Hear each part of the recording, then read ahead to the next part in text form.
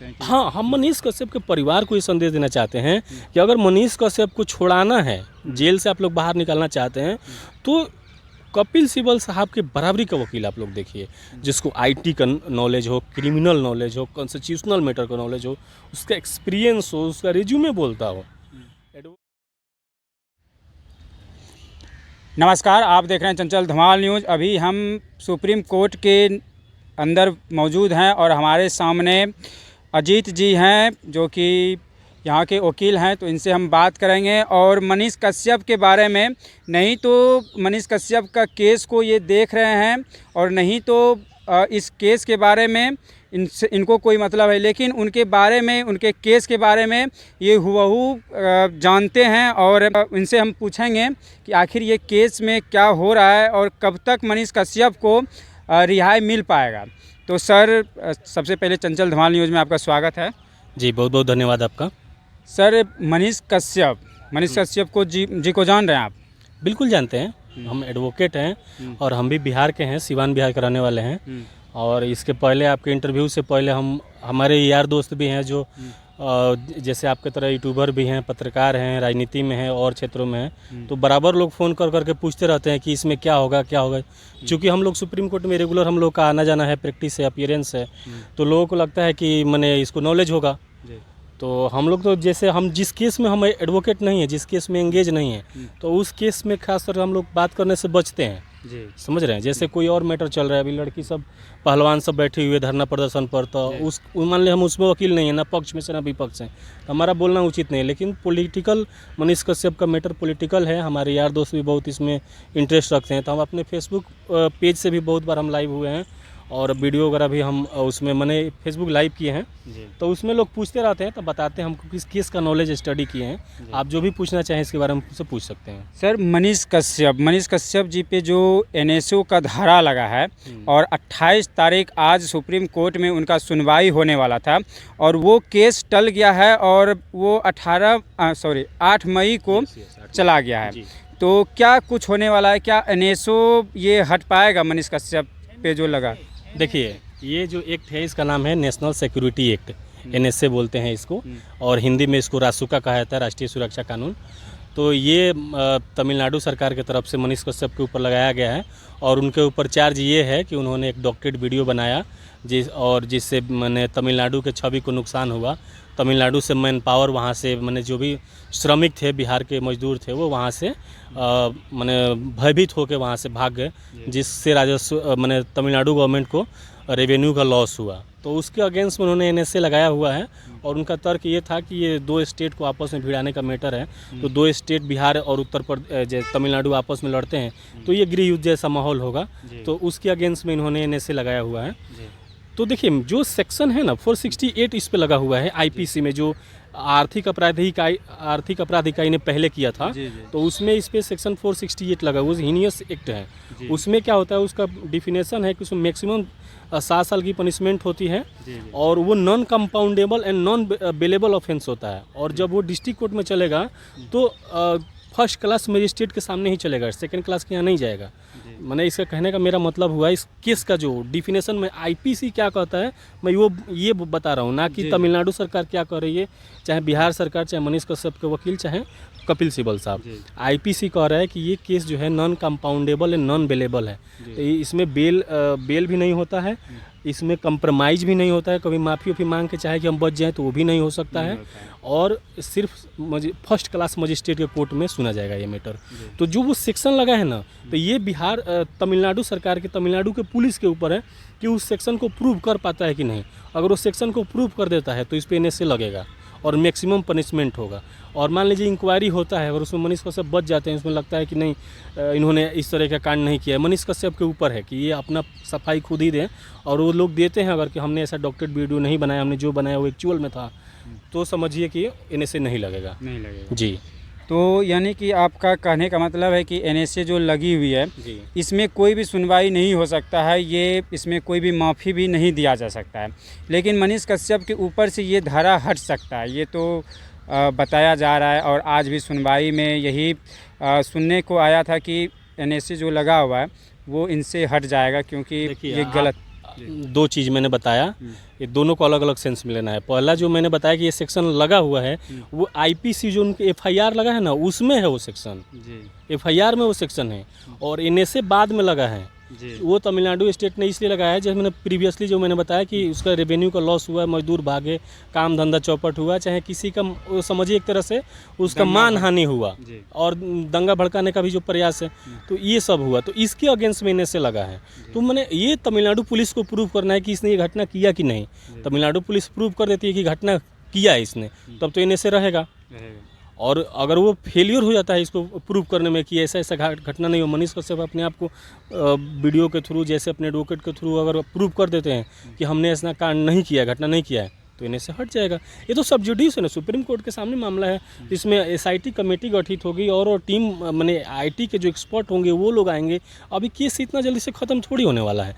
ऐसा नहीं है कि मैंने हम मनीष कश्यप क्या बोल रहे हैं, तमिलनाडु पुलिस क्या बोल, उसी पे जजमेंट उसी पे थोड़ी आता है। जजमेंट जज साहब के पास अपनी बहुत सारा जज साहब के पास पावर है। हम तो ऑनरेबल सुप्रीम कोर्ट में ये मैटर चल रहा है, तो ये अलग अलग टीम गठित होगी जो आईटी के एक्सपर्ट होंगे, जो वीडियो बनाने के एक्सपर्ट होंगे, उन सब का एक्सपर्ट का राय लिया जाएगा, फिर देखा जाएगा।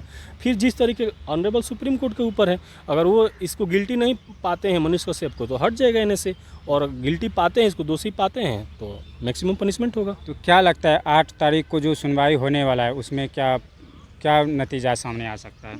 अबे उस दिन नतीजा थोड़ी आएगा। मनीष कश्यप पे देखिए, यही तो मतलब नहीं, जो ये इस केस का रिपोर्टिंग हो रहा है, यही मिस्टेक हो रहा है इसमें। अभी आज क्या था, आज पिछला डेट पे learned honourable chief justice of India justice D.Y.. Chandrachud ने तमिलनाडु गवर्नमेंट से रिपोर्ट मांगा था कि आपने एनएसए क्यों लगाया। तो आज वो रिप्लाई फाइल करना था। हमारे जो लर्नेड सीनियर एडवोकेट हैं कपिल सिब्बल साहब, जो वो तमिलनाडु स्टेट को रिप्रेजेंट कर रहे हैं, तो उनको आज रिप्लाई फाइल करना था कि हमने एनएसए क्यों लगाया। वो तो आज नहीं आए, आज वो नहीं फाइल हुआ किसी रीजन बस। तो अगला जो 8 तारीख का डेट मिला है ना, उस डेट को फिर वो रिप्लाई ही फाइल करेंगे।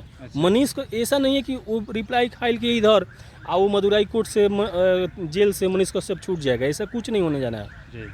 अभी वो रिप्लाई 8 तारीख को फाइल करेंगे, फिर रिप्लाई की कॉपी होती है वो दोनों पार्टी को जाएगी। दोनों पार्टी के एडवोकेट माने एक पार्टी तो उसको रिप्लाई कर ही रहा है, तो जो अपोजिट काउंसिल है उनको भी रिप्लाई का कॉपी जाएगा, और honourable chief justice of India उसको स्टडी करेंगे, उनकी टीम स्टडी करेगी। फिर एक नेक्स्ट डेट दिया जाएगा, उस डेट पे ऑनरेबल सुप्रीम कोर्ट ये फैसला सुनाएगा कि मैंने एनएसए हटेगा कि नहीं हटेगा। अगला डेट पे नहीं, और कुछ नहीं हो रहा है अगला डेट पे, उसके अगला डेट पे कुछ होगा। ये समझिए, इतना आसान नहीं है। मैंने हम वही सब हम चीज़ देख रहे थे कि कहाँ कहाँ वकील साहब बैठे हुए हैं, कोई मोतिहारी, कोई बेतिया, कोई पटना, कहीं कोई, और कह रहे हैं नहीं। हम तो अब सुबह सुबह यूट्यूब में देख रहे हैं कि मनीष कश्यप निकल जाएगा, फूल माला लेके लोग तैयार हैं। ये दिग्भ्रमित किया जा रहा है। मतलब सोचिए कि मनीष कश्यप के घर तक ये खबर पहुँच जाए कि आज कपिल यहाँ से सुप्रीम कोर्ट से फैसला आएगा, मनीष कश्यप छूटेंगे, कल पहुँच जाएंगे बिहार, और उसको ये शौक मिले कि कपिल सिब्बल साहब आए ही नहीं, तो आज सुनवाई नहीं हुआ, तो उसे घर वालों को कितना चोट पहुंचेगा। तो ये बहुत बड़ा ये है कि जब आदमी जो चाहे वो लीगल व्यू दे रहा हो, चाहे वो एडवोकेट हो, चाहे रिपोर्टर हो, एक्चुअल रिपोर्टिंग करनी चाहिए कि एक्चुअल इंसिडेंट इसमें हो क्या रहा है, घटना इसमें हो क्या रही है। अभी तो आज रिप्लाई फाइल का डेट था, वो भी नहीं हुआ रिप्लाई फाइल। अब 8 मई को रिप्लाई फाइल होगा, फिर वो अपोजिट काउंसिल उसको स्टडी करेंगे। ऑनरेबल सुप्रीम कोर्ट के जो हमारे ऑनरेबल जजेज हैं वो इसको स्टडी करेंगे, उसके बाद नेक्स्ट डेट पड़ेगी। फिर नेक्स्ट डेट पे डिसाइड होगा कि ये लगेगा एनएसए उस पर बनता है कि नहीं बनता है। सपोज कीजिए कि एनएसए नहीं बनता है, एनएसए हट गया, ठीक, तो 4-5 तो केस इधर ही हुआ है, और 7-8 केस उसका ऑलरेडी बेतिया में है। आप जानते हैं बिहार मैंने अपना पूरा ओवरऑल इंडिया की मैं बात कर रहा हूँ, पुलिसिया जो कार्रवाई होती है वो आप समझते हैं। एक जब तक अपराधी खुला घूम रहा है तब तक उसको एक कोई पुलिस नहीं पकड़ने जाएगा, और एक कोई थाना का पुलिस पकड़ लिया तो पड़ोसी थाना बोलेगा कि मेरा भी एक मैटर है, मुझे भी दो, वो बोलेगा मुझे भी दो, फिर वो बोलेगा मुझे भी दो, तो 7-8 केस से भी घुमाएंगे पूरा इसको।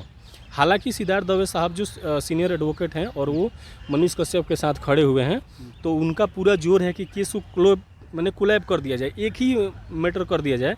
लेकिन जिस तरह जो मैंने एक परसेप्शन देखिए, मैंने जो कपिल सिब्बल साहब का जो वो है, जो नॉलेज का, जो उनका एक्सपीरियंस का, जो उनका जो पर्सनल जो उनका रिज्यूमे है कपिल सिब्बल साहब का, वो हमको लगता नहीं कि उनके सामने कोई मने अच्छा टिक पाएगा। हालांकि सिद्धार्थ दवे साहब एक बहुत ही अच्छे मने बहुत अच्छे एडवोकेट है, ठीक ठाक मने उनको टक्कर देंगे। लेकिन फिर भी मैं ये कहूँगा कि एक मने नए खिलाड़ी इंडिया लेवल पर ही खेल रहा है, यानी कि कपिल सिब्बल के सामने में बहुत अभी और वकील साहब लोग जो हैं माने लर्नेड हमारे रेस्पेक्टेड एडवोकेट्स हैं। सिद्धार्थ दवे साहब तो स्पेशली बहुत विद्वान व्यक्ति हैं, लेकिन जो उनका रिज्यूमे कपिल सिब्बल साहब का है उस रिज्यूमे से थोड़ा ये लोग बिलो हैं।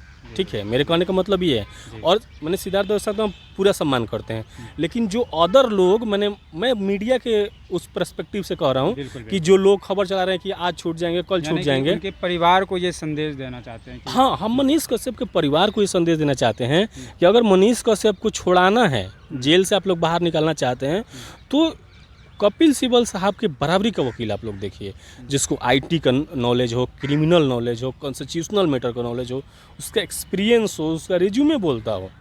एडवोकेट माने जो बेतियाँ अब देखिए, जैसे मनीष कश्यप का जब पहली बार गिरफ्तारी हुआ और पटना में पेशी हुआ, तो एक वकील साहब थे पटना के ही, हम नाम नहीं जानते उनका हम बाद में वीडियो देखे कि वो ऑनरेबल हाई कोर्ट पटना में अपीयर हुए थे और ऑनरेबल हाई कोर्ट के जस्टिस ने उनसे पूछा कि आप एलएलएम कहाँ से किए, तो बोले 3 बार में 3 यूनिवर्सिटी का नाम बताए हैं।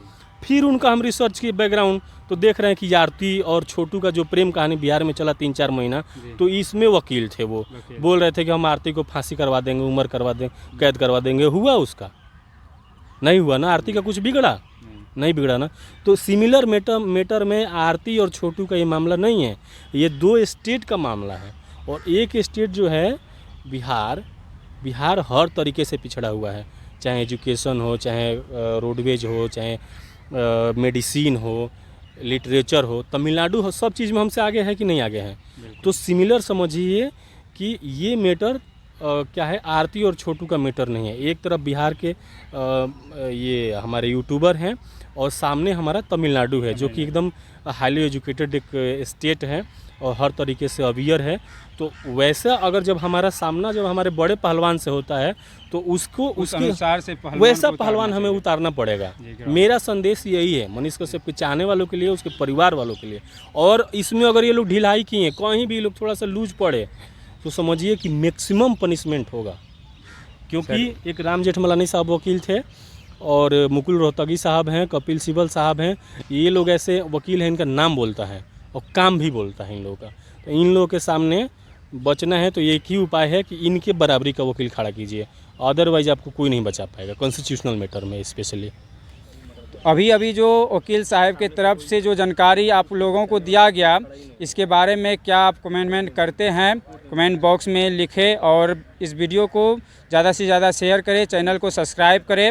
और 8 तारीख को क्या अपडेट मिलता है वो भी इस चैनल के माध्यम से आप लोगों को बताया जाएगा और वही अपडेट दिया जाएगा जो कि सही अपडेट रहेगा।